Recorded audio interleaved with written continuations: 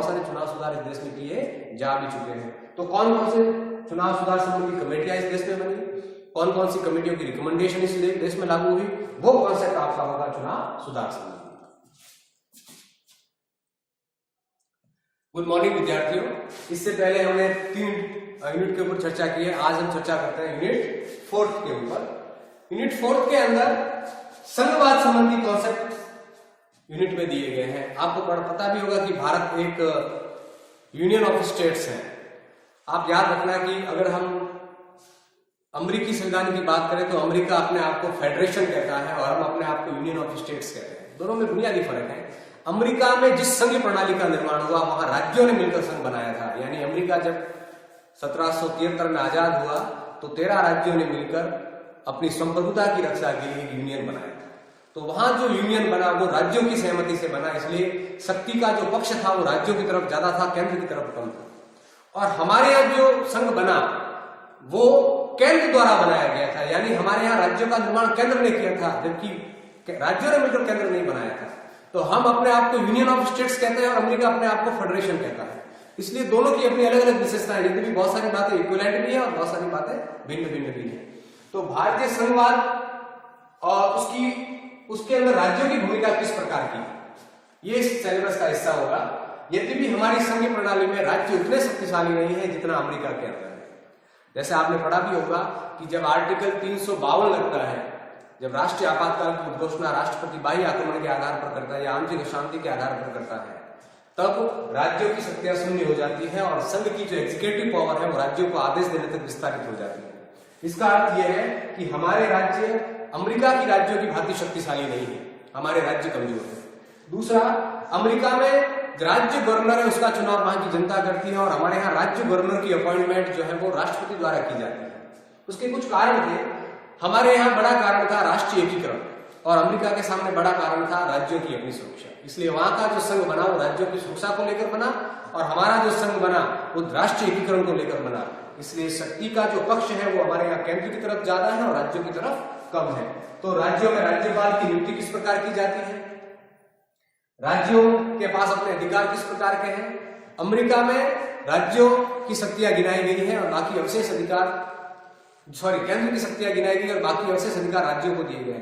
हमारे यहाँ ठीक उल्टा है। अमेरिका में उसे गणना व अवशेष का सिद्धांत कहा जाता है और हमारे यहाँ केंद्र सरकार की भी शक्तियां गिनाई गई है जिसे हम कहते हैं संघीय सूची, और राज्यों की भी शक्तियां गिनाई गई उसे हम कहते हैं राज्य सूची। और कुछ विषय ऐसे हैं जिनमें दोनों को कानून बनाने का अधिकार है, उसे हम कहते हैं समवर्ती सूची। और इसके अलावा जो शेष रह जाता है जिसे हम कहते हैं अवशेष विषय, उस पर कानून बनाने का अधिकार हमारे यहाँ केंद्र को है, जबकि अमेरिका में ऐसे विषयों पर कानून बनाने का अधिकार राज्यों को है। तो भारतीय संघ में राज्यों की स्थिति किस प्रकार की है और केंद्र राज्य संबंध किस प्रकार के हैं। जब भी आप सिलेबस को पढ़ें तो भारत में संघ राज्य संबंधों को 3 भागों में विभाजित किया गया है, वित्तीय, विधायी और प्रशासनिक। वित्तीय, विधायी व प्रशासनिक, ये 3 प्रकार के हमारे देश में केंद्र राज्य संबंध है।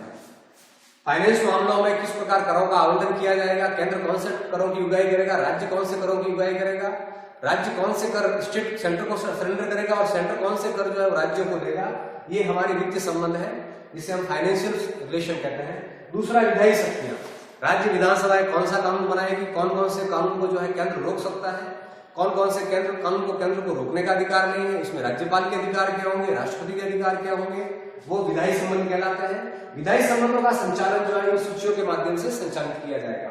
और तीसरा है प्रशासनिक संबंध। आपने पढ़ा भी होगा कि हमारे भारत में 2 प्रकार की सेवाएं, एक तो संघीय सेवाएं और राज्य सेवाएं। संघ सरकार का जो सेवा है उसमें आईएएस जो प्रशासनिक सेवाएं वगैरह जो है, लेकिन आपने पढ़ा भी होगा कि इन अधिकारियों की नियुक्ति राज्यों में होती है और इनका जो वेतनमान है वो राजनीति पर भारित होता है। इसी प्रकार राज्य के भी अपने कुछ कर्मचारी होते हैं, उनका वेतनमान भी राज्यों में भारित होता है।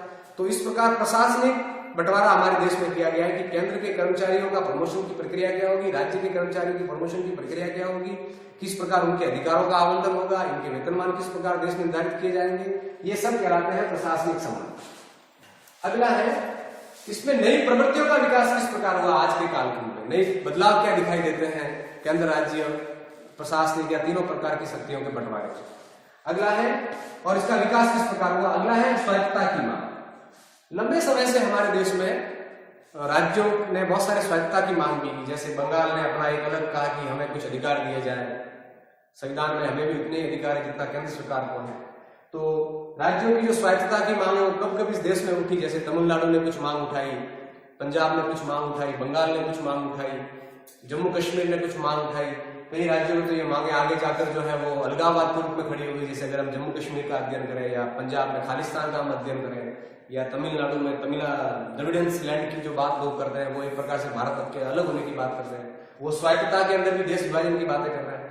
तो ये स्वायत्तता की मांगे कब कब उठी, केंद्र सरकार ने किस प्रकार इसका समाधान किया और ये मांगे कब कब खड़ी इस देश में हुई, ये इसका कॉन्सेप्ट है।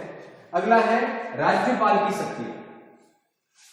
जैसे आपने पढ़ा है कि हर राज्य के लिए एक राज्यपाल केंद्र सरकार नियुक्त करती है राष्ट्रपति के माध्यम से। तो राज्यपाल पद के लिए योग्यताएं क्या क्या होती है, किस प्रकार उसकी नियुक्ति होती है, उसकी शक्तियां क्या क्या होती है और भारतीय फेडरेशन में उसकी भूमिका क्या रही। यद्यपि अगर हम विस्तृत रूप से भारतीय संविधान का अध्ययन करें तो राज्यपालों की भूमिका कुछ विशेष इस देश के अंदर नहीं रही है। जैसे कई बार 356 का दुरुपयोग है, केंद्र को रिपोर्ट भेजना है गलत तरीकों से और इसके आधार पर 356 जो है वो राज्यों में लगा देना। तो राज्यपाल की हमारे देश में भूमिका क्या रही है, ये है आपके यूनिट 4 के अंदर। धन्यवाद।